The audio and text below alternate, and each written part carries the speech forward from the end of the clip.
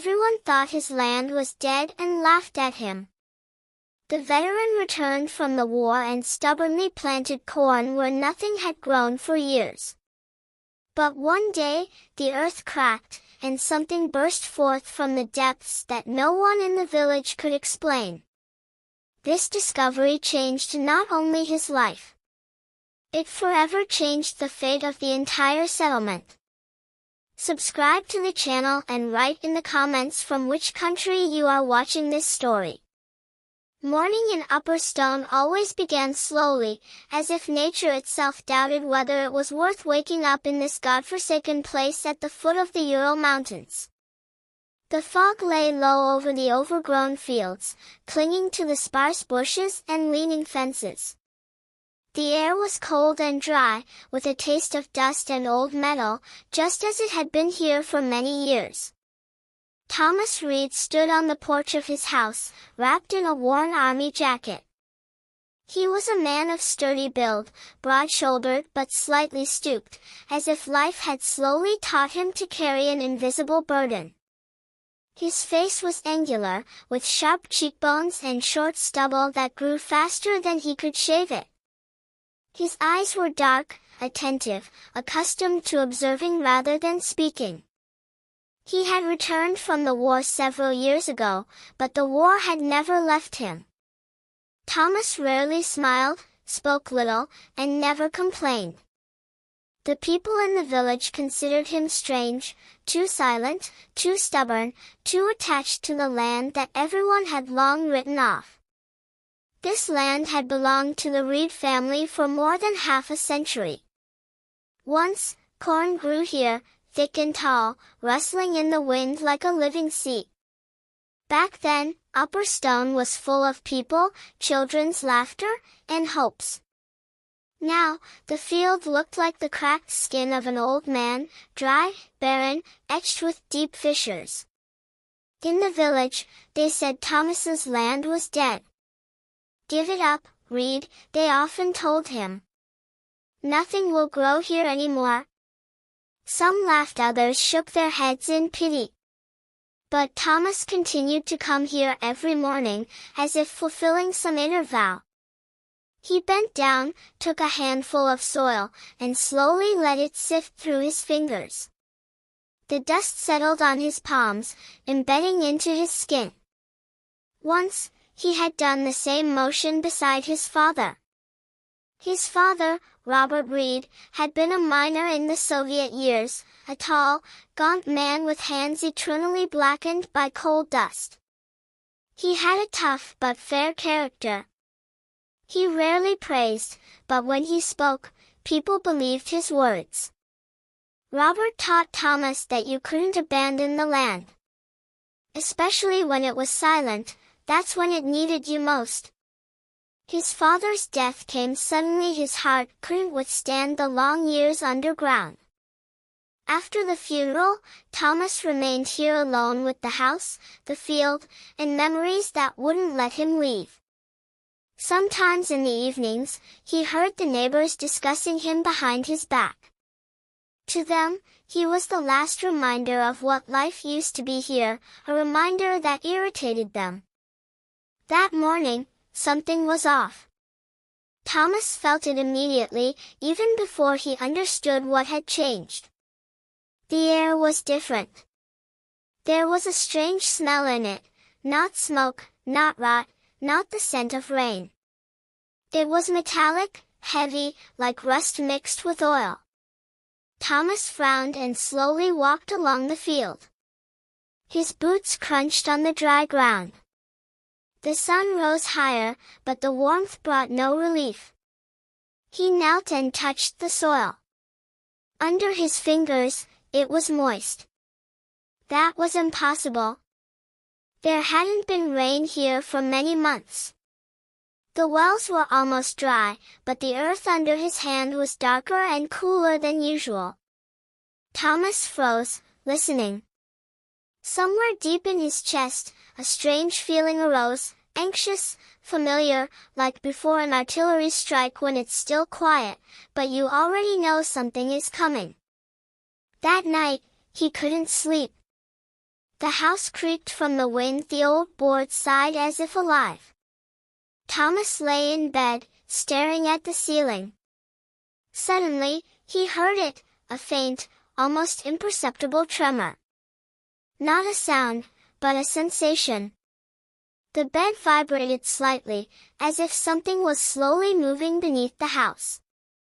He sat up, lowered his feet to the cold floor, and froze. The vibration lasted only a few seconds, then vanished. "Must be my imagination," he whispered to himself. But sleep didn't come anymore. At dawn, Thomas went back to the field. The smell was stronger. He walked slowly, watching his steps carefully until he noticed it. The crack. It was narrow, no wider than a palm, but deep. The soil around it looked different, darker, as if soaked with something from within. Thomas knelt and cautiously peered inside. From there rose that same smell, thick, heavy, pressing on his chest. He jerked back sharply. His heart pounded fast, like back in the war. Instincts screamed that this wasn't a coincidence, that the land everyone thought was dead had suddenly decided to speak. Thomas stood up and surveyed the field. It lay before him, as dry and lifeless as ever. But now he knew it was only outward calm. Something was awakening underground. He stood motionless, feeling a chill slowly creep up his spine. His stubbornness, which had provoked laughter for so many years, suddenly no longer seemed foolish. The question was only one. What exactly had he awakened, and what price would he have to pay? Morning came abruptly, as if the night didn't want to yield to the day. Thomas Reed left the house before dawn, feeling the tension from the previous day still sitting in his body like an old wound. The crack had widened. He saw it immediately. What yesterday had been a thin line today turned into a fracture resembling an open wound in the earth. The edges of the soil crumbled inward, and from the depths slowly oozed a thick black liquid. It glistened in the morning light, reflecting the pale sky, and smelled sharply. Metal, oil, and something else, heavy and oppressive to the breath. Thomas squatted, trying not to touch the substance. His stomach clenched. He knew this smell, not literally, but with his body. It reminded him of machinery, overheated iron, underground tunnels where the air was always saturated with danger. "The land isn't dead," he whispered, not understanding why he said it aloud. The thought came unexpectedly clear. All this time, it had just been silent, hiding, enduring. By noon, the smell had spread further, and the village's silence began to crack like dry bark. People came out onto their porches, wrinkled their noses, exchanged glances. Some talked about leaks in old pipes. Others recalled rumors of buried wastes from the Soviet era. The rumors grew faster than the fear. "There's chemicals there," they whispered at the store. "Such things don't just pop up. It's cursed land," I always said. Thomas felt the stares on him even when he wasn't around. He had become the center of anxiety without wanting it. Closer to evening, John Peterson approached his fence. The old man was thin and stooped, as if the lived years had slowly bent him toward the ground. His face was etched with deep wrinkles, and his sparse gray hair stuck out in all directions, as if he had long stopped caring about appearances. His eyes, faded gray and restless, looked not at Thomas but behind him, toward where the crack was. John Peterson had lived in Upper Stone his whole life. He had survived the collapse of the Union, the closure of the mines, the departure of half the village. Usually, he was taciturn, but today his lips trembled. "You," You don't mess with that, he said hoarsely. It's not for good. How do you know? Thomas asked calmly. The old man swallowed.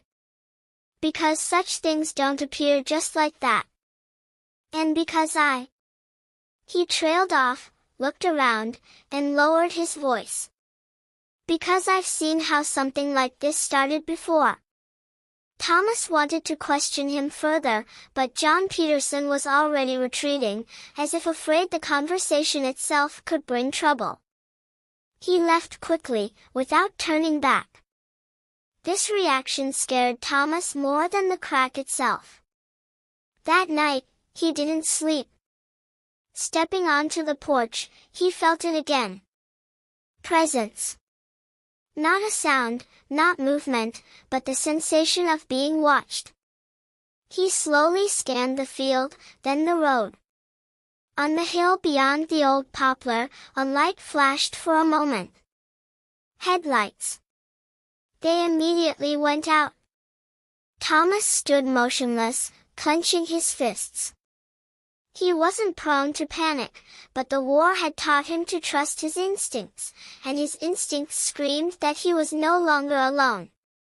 The next day, a car arrived in the village. A white SUV, too clean for these roads, too expensive for the locals. It stopped at the edge of Thomas's plot, kicking up a cloud of dust. A man in his 40s got out. He was tall, fit, with a neatly trimmed beard and short dark hair.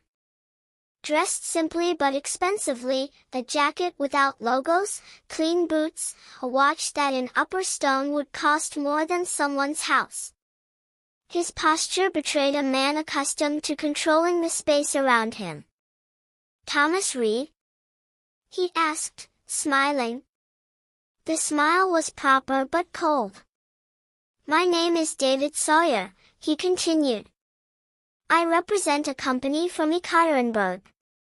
We deal with land assessments. He spoke calmly, confidently, as if he knew in advance he'd be listened to. David didn't mention the crack right away. He talked about prospects, benefits, how hard it was for one person to handle problematic land. His voice was soft, but calculation felt in every word. We're ready to offer you a price significantly above market, he said finally. You'll get rid of the risk, the responsibility. Thomas looked at him silently. He had seen such people before, in the war, in peaceful negotiations, in promises that always hid something else. My land isn't for sale, he said. David's smile faltered slightly but vanished only for a moment. Think about it, he replied. Such opportunities come rarely. He handed over a business card and returned to the car. The SUV left as quietly as it had arrived. Thomas remained standing in the middle of the field, feeling the metallic smell rise from the crack again. Now everything was clear. What was hidden underground had been noticed not only by him and the village. The question was who would get to it first. Who was David Sawyer really, and what exactly did he know about the Reed land? Thomas Reed went to John Peterson's house early in the morning, when the fog hadn't yet dissipated. The village looked sleepy and wary, as if the earth itself was listening to the footsteps. John's house stood at the edge of Upper Stone, low, crooked, with peeling paint and curtains that had long lost their color. John Peterson didn't open the door right away. He looked older than the day before. His shoulders were hunched, movements slow, gaze wary. He wore a worn sweater stretched at the elbows and wool pants too big for his thin body. You came after all, he said quietly, as if he had expected it. Inside, it smelled of old wood, medicines, and time. The room was cluttered with Soviet-era furniture, a massive table, a worn sofa, a sideboard with yellowed photographs. John pointed Thomas to a chair but didn't sit himself. He remained standing, leaning against the cabinet, as if the conversation might drain his strength. "You want to know the truth?" he uttered. "And truth is rarely easy." Thomas nodded. His face was calm, but inside everything tightened. He felt this conversation would change not only his understanding of the land but himself. John began slowly, as if recalling a long-forgotten dream. It was back in the Union, the end of the 70s. Then people came here, not like this Sawyer. Those were rougher, hungrier. He paused, exhaling heavily. Your grandfather, William Reed, was the first to sense something wrong. The grandfather's name hung heavy in the room. Thomas had seen him only in old photographs, a tall, sturdy man with a stern gaze and thick brows. William was a man of the land, taciturn, stubborn, accustomed to trusting only his own hands. He noticed the smell, John continued. The same as now. Metal, oil, depth. Then black spots appeared. He wasn't a scientist, but he understood one thing. Something was underground. John went to the sideboard and pulled out an old, tattered folder. His hands trembled. He didn't go to the city, he went to those he trusted. The miners, the old engineers. They looked and turned pale. They found oil, a big vein, a layer that could change everything. But such finds never stay secret, John whispered. Even if you want them to. Soon, people in gray cars arrived in Upper Stone. They didn't introduce themselves, spoke officially but without documents. They promised development, jobs, a bright future. And when William refused to sign the papers, that's when it changed. They started pressing, John said, clenching his fingers. With hints, threats. They said the land would be seized anyway, that resistance was pointless.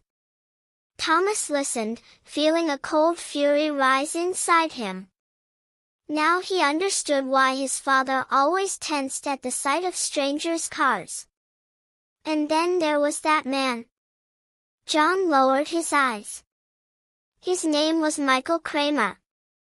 The new name hung in the air. He was one of those who came for inspection, tall, sturdy, with a constant cigarette in his teeth. He spoke loudly, laughed often, too often. One morning, they found him dead by the road. John fell silent. The room became hard to breathe in. His face was in the mud, and around him. He swallowed. That same black liquid. Officially, they said accident, but after that, everything changed. Others came, with papers, with orders. The Reed plot was declared a closed zone. William was ordered to keep silent. Everyone was ordered to keep silent. In exchange, silence and the preserved village. Your grandfather chose the people, John said. He filled the cracks, hauled away the stones, did everything to hide the traces, and then taught his son to fear. Thomas remembered his father, Robert, his silence, his anxiety, his habit of going out at night and staring at the field. He carried that fear until his death, Thomas said quietly. John nodded. And now it's all come back. They sat in silence for a long time. Outside the window, the wind drove dust along the road, as if erasing traces of the past. Why are you telling me this now? Thomas asked. John looked at him with a tired but firm gaze. Because you're a soldier, and because they're already close.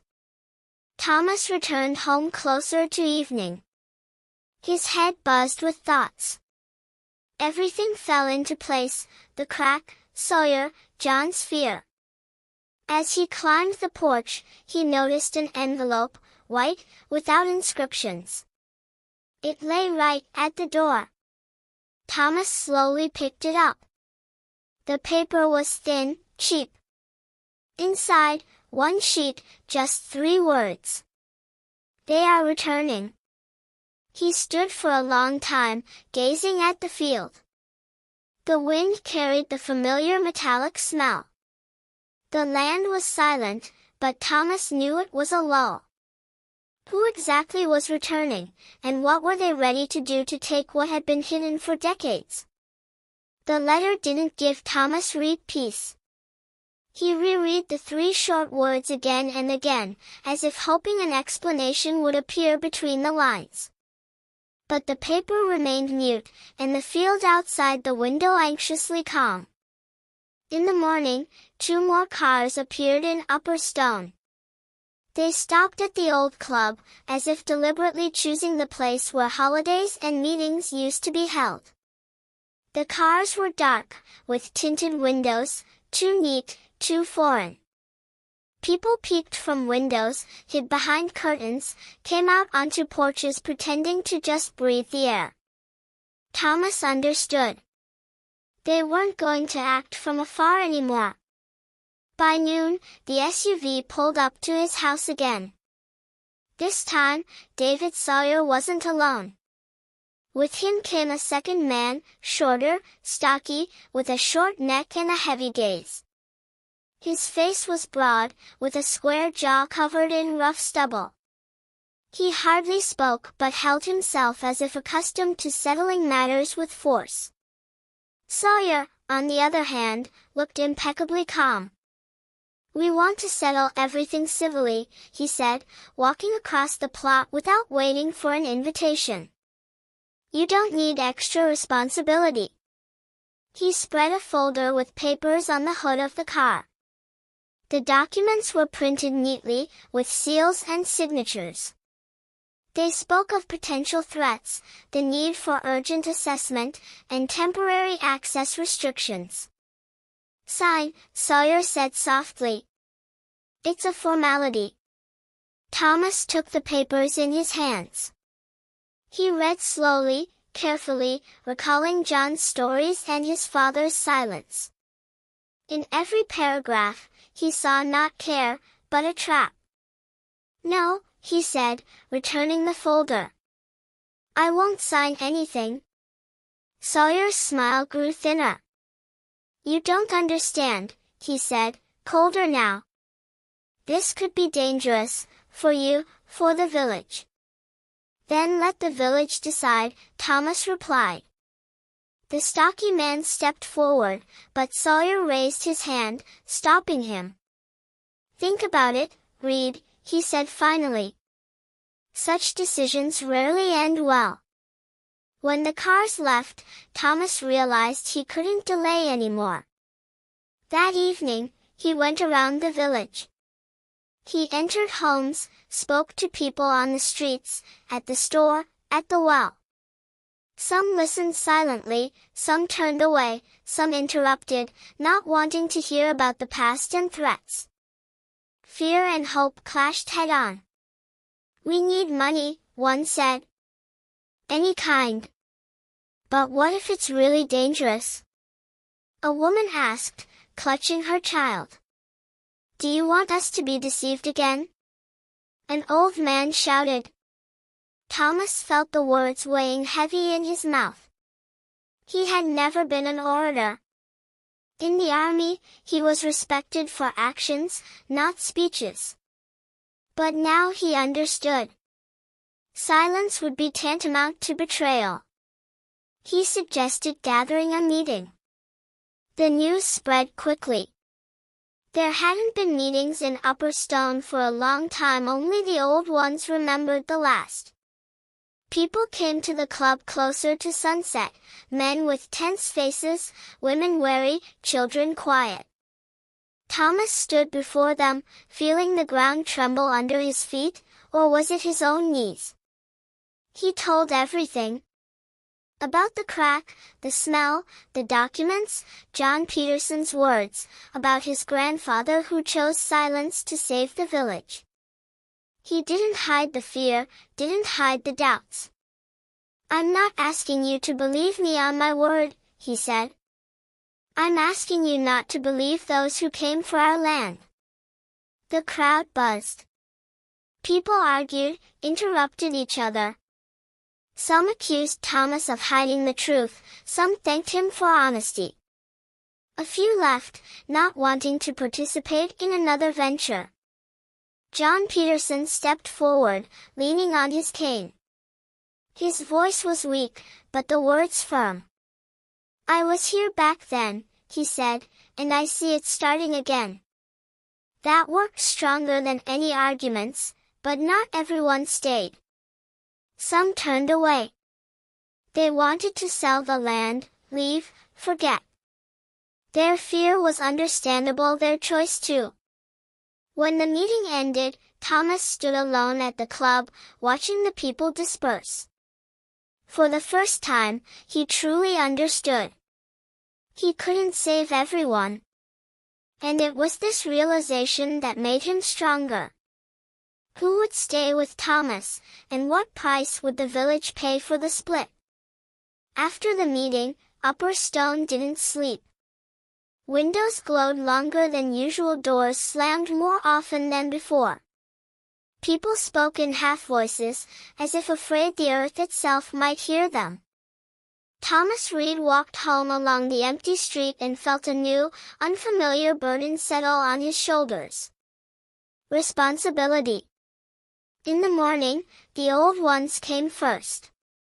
They gathered at the old well, as if instinctively drawn to the place where all important matters used to be decided. Among them was Mary Fletcher, a lean woman in her 70s with a straight back and a sharp gaze. Once, she had worked as an accountant in the collective farm. She knew numbers and documents better than her own dreams. Her gray hair was always tied in a tight bun, and her voice even, without tremor. "We've been silent too long," she said, looking straight at Thomas. "Far too long." Stephen Ellis joined her, a former driller, broad-shouldered with a heavy gait and hands scarred with cuts. His face was rough, as if carved from stone, but his eyes lively, attentive. He had seen drilling rigs in his youth, before the mines closed and people were scattered.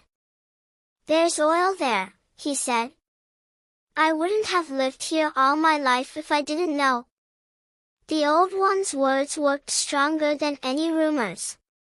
What had existed only in fears and whispers now took the form of truth. The young listened differently.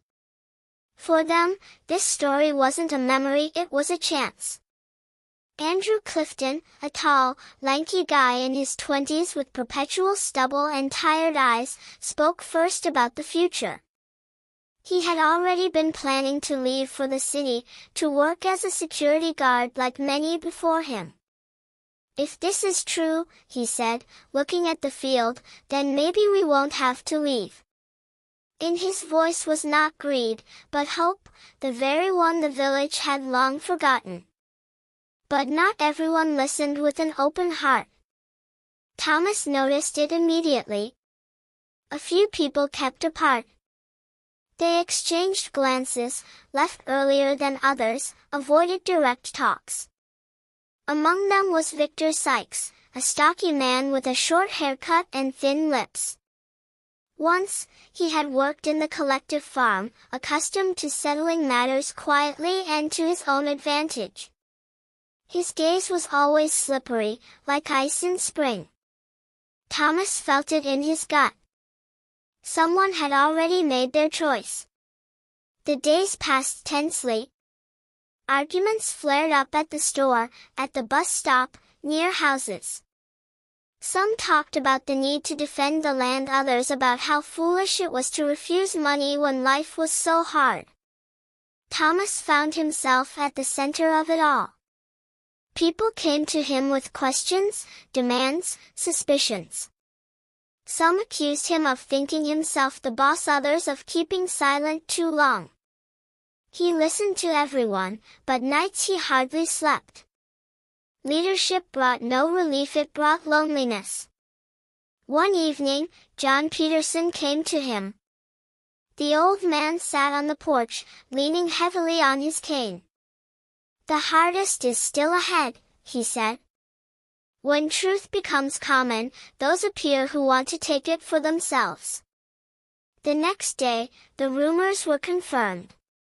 Mary Fletcher learned that Victor and 2 others had secretly met with Sawyer's people. They didn't deny it when cornered. They talked about safety, benefits, that everyone should think of their own family. The village cracked like that very earth. Shouts, accusations, tears. Thomas stood among the people, feeling words lose meaning. He understood the traitors' fear, but also that their choice could destroy everything. And then an idea was born, not from Thomas's head, but from the crowd itself. Someone said, "If the land is ours, let the benefit be shared." Thus, the word cooperative appeared. Not a company, not a private owner, but a common cause. They argued long, until hoarse, but gradually the idea began to take shape. The old spoke of justice, the young of the future. Even the doubters saw in this a chance not to repeat old mistakes. They decided to invite independent experts. A few days later, 2 men and a woman from another region arrived in Upper Stone. Oliver Vance, a geologist in his 50s, tall, lean, with a neat beard and calm movements. His face was tired but honest, the kind that belongs to people accustomed to looking at the earth deeper than others. With him was Catherine Leeds, a short woman with short blonde hair and a firm gaze. She spoke little but noted everything, missing no details. The third, Paul Mitchell, younger, energetic, with a backpack and perpetual dust on his boots, handled the instruments. They worked silently, took samples, set up sensors, measured. The village waited. Thomas walked the field, watching as people in hard hats bent over the crack. The metallic smell had become familiar, almost native. He caught himself thinking he was no longer afraid. He was afraid of only one thing: letting down those who believed. In the evening, the experts gathered everyone at the club. Oliver Vance removed his glasses and looked at the people. "We've checked," he said. "It's not an illusion, not a small deposit." He paused.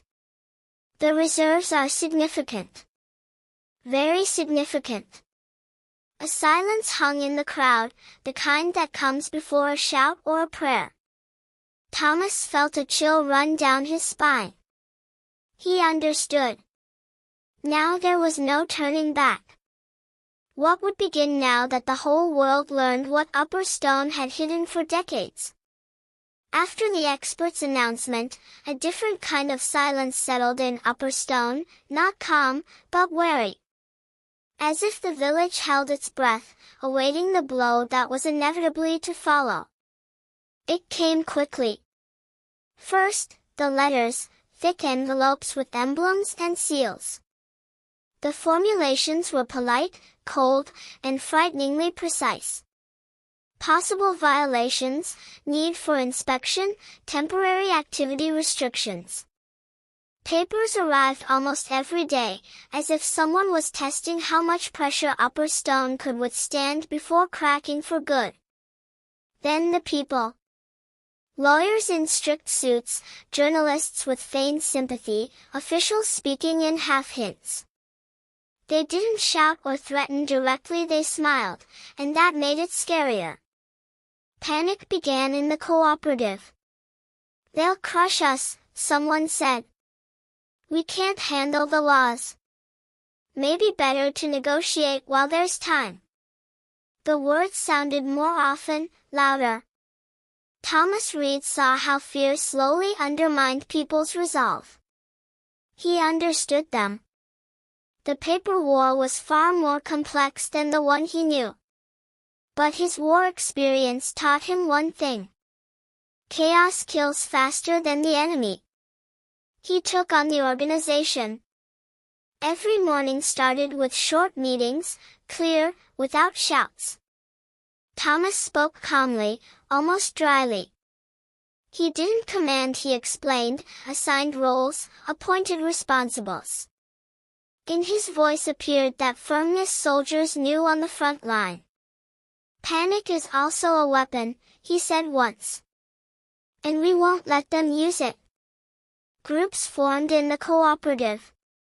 One handled documents, another communication with experts, a third territory security. No weapons, just observation, recordings, cameras. Lights at night. People learned quickly. Mary Fletcher became indispensable again.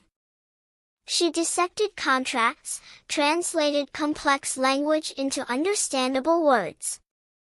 In her dry comments, there were no emotions, only facts.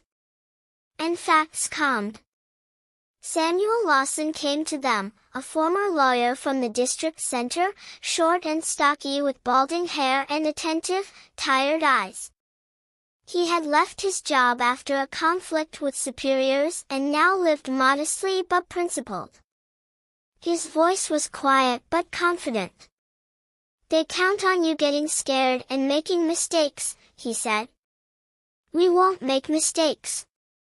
In the evenings, people sat in the club and learned. Read laws, argued over formulations, laughed at their own ignorance, and continued. Children fell asleep on benches while adults, for the first time in their lives, delved into subsoil rights. Meanwhile, the pressure intensified. The cooperative was hinted at possible fines. One supplier refused to work without explanation. In the village, talk of betrayal arose again. Victor Sykes disappeared for a few days, and when he returned, he held himself too confidently. Thomas didn't arrange showdowns. He knew time would show, and time did. When the first trial works began, everything was done slowly, demonstratively, under cameras, with reports available to everyone. Geologists controlled every step, no drop of secrecy. And with that, changes began that no one expected so quickly. First, water. The old pipes were replaced with new ones. Clean water without rusty taste appeared in the taps. Women cried, filling the first full buckets. It was a trifle for the city and a miracle for the village. Then the school. The building that had stood empty opened its doors again. Boards, light, warmth returned to the classrooms. The teacher, Olivia Nichols, a short woman with a soft voice and a tired face, agreed to return from the district center. She spoke to the children about the future as if they really had one. Once a week, a nurse came. The old no longer feared that any illness would be a sentence. All this happened before the eyes of those who had recently wanted to sell everything. But the company didn't give up. One evening, Sawyer appeared again. He was polite, almost friendly. He walked through the village, looking at the new pipes, the light in the school, the people. You've done the impossible, he said to Thomas. But it's temporary. In his voice was no anger, only warning. A week later, a letter came, short, official. The company was withdrawing its representatives. Inspections were ceasing, formally, temporarily. The village celebrated restrainedly. No one shouted. People just looked at each other and smiled. But Thomas didn't relax. He knew such wars don't end with admission of defeat. They end with pauses. That evening, he stood in the field, watching the slowly working machinery. The ground under his feet was firm and warm, not hostile, native. In his jacket pocket lay Sawyer's business card. On the back, a pencil note made clearly later. "This isn't the end yet." Thomas clenched the paper in his fist and looked at the village where lights burned again. If this was a war, they had survived it. For now. What would happen when the threat returned? And was Upper Stone ready to protect not only the oil but its dignity? The rain came without warning. At first, it was a barely noticeable rustle, as if someone cautiously ran a palm over dry grass. Then rare, heavy drops falling to the ground with a dull sound, as if the soil itself didn't immediately believe what was happening. And then the rain came for real, steady and even, soaking everything around.